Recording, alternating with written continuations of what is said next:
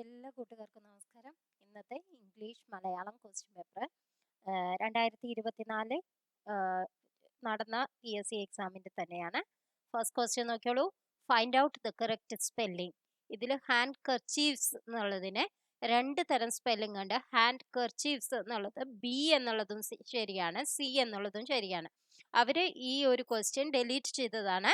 പക്ഷേ നമ്മൾ പഠിച്ചു വെക്കുക HANDKERCHIEFS എന്നുള്ളതും CHIEVES എന്നുള്ളതും ബിയും സിയും ഓപ്ഷൻ കറക്റ്റ് ആണ്.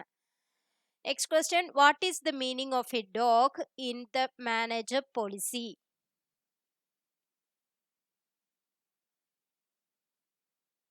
എന്താണ് വരിക? ആൻസർ ഡി എന്നുള്ളതാണ് വരിക. A man who prevents others from enjoying something. Next question നോക്കാം. Spot the error. Although he left home early, but he reached school late. No error.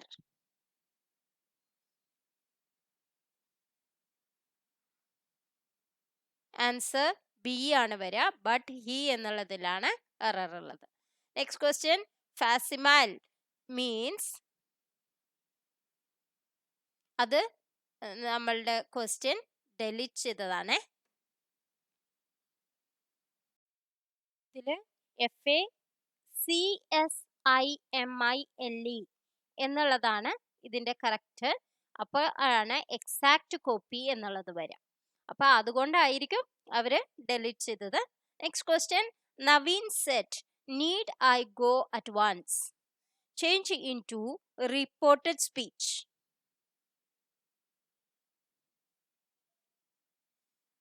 Answer D ആണ്. Naveen asked if he had to go just then. Next question, none of the workmen arrived. എങ്ങനെയാണ് അതിൻ്റെ tag ഉണ്ടാക്കുക? Question tag. Answer C ആണ്. Did they. Arrived past tense ആണ്. അപ്പോൾ did they. None of എന്ന് പറയുമ്പോൾ അത് നെഗറ്റീവ് സെന്റൻസ് ആണ്. അപ്പോൾ ടാഗ് എന്ത് വരും? പോസിറ്റീവ് വരും. നെക്സ്റ്റ് ക്വസ്റ്റ്യനും അവർ ഒഴിവാക്കിയതാണ്. നെക്സ്റ്റ് ക്വസ്റ്റ്യൻ നോക്കാം. Dash bird in hand is worth 2 in dash Bush.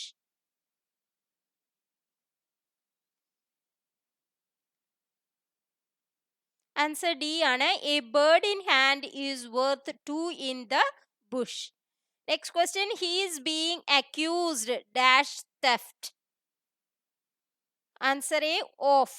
He is being accused of theft. Next question, they have contacted everyone concerned. Change the voice.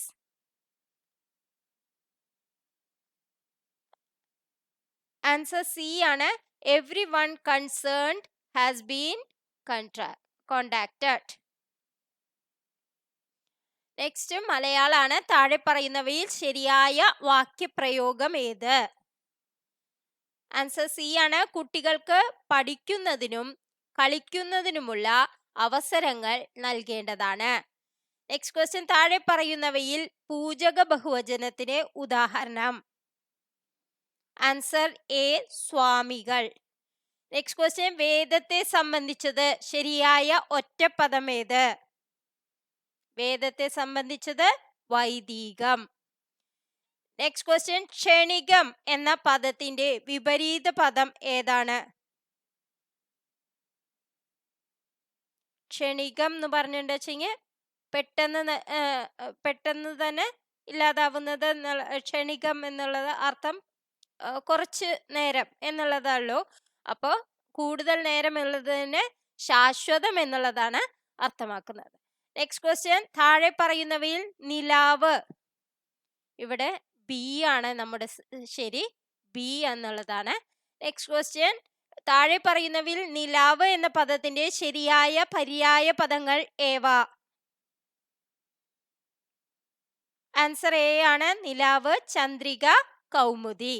Next question, അമ്പലം വിഴുങ്ങുക എന്ന ശൈലിയുടെ അർത്ഥം താഴെ തന്നിരിക്കുന്ന ഉത്തരങ്ങളിൽ നിന്നും കണ്ടെത്തുക.